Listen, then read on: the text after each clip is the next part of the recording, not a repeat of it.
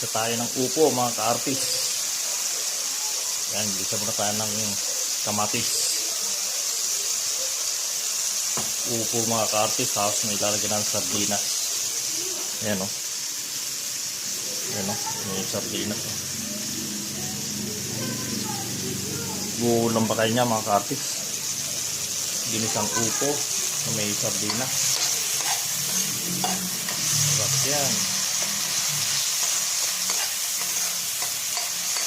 May pritong isda. Talon ka dyan mga ka-artist sa kanyang ulam. Iwas-iwas din sa baboy pag may time.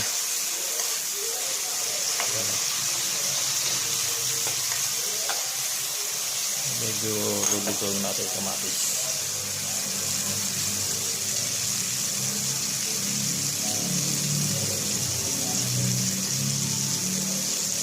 Ako muna in charge ngayon sa luto mga ka-artist.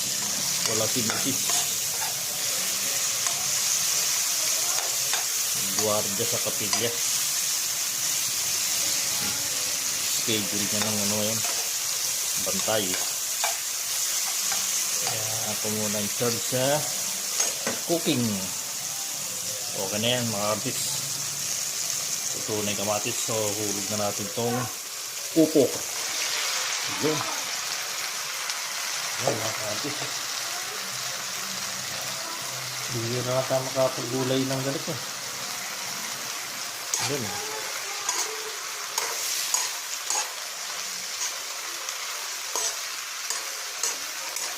Tapos mga ka-artist, meron kang sinain na ano, tulingan.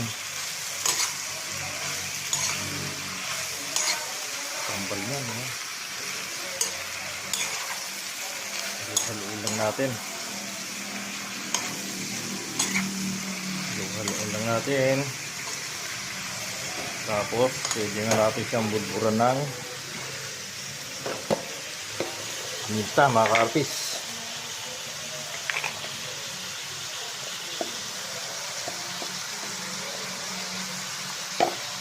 Paminta. Ayan. So, may konting hanghang ng paminta.